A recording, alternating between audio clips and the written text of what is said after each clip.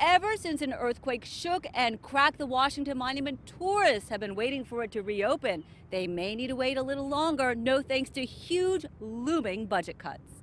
It's lovely. National parks and memorials make up 8 of the top 25 tourist destinations in the U.S., according to Forbes magazine. Oh, they're beautiful. And possibly closing, according to President Obama, who made this dire prediction about what the recently passed House Republican budget plan would do to them. Hundreds of national parks would be forced to close for part or all of the year. We wanted to fact-check that statement and found 2 experts with 2 different opinions. The group lobbying for national parks says the GOP budget could cut funding by up to 19%. Parks would definitely close.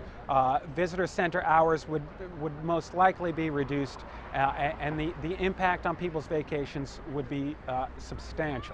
He says the National Park Service is dealing with an $11 billion maintenance backlog, and less money makes it more difficult to keep parks from falling apart. But deficit hawks don't buy the doomsday scenario. They say even with a 19% cut, that will still be more money than they had 10 years ago and 20 years ago, and yet we somehow kept parks open then. If the House budget gets blocked, national parks could still get hit because in January, all federal spending stands to see across-the-board cuts, no thanks to Congress's failure to deal with the deficit.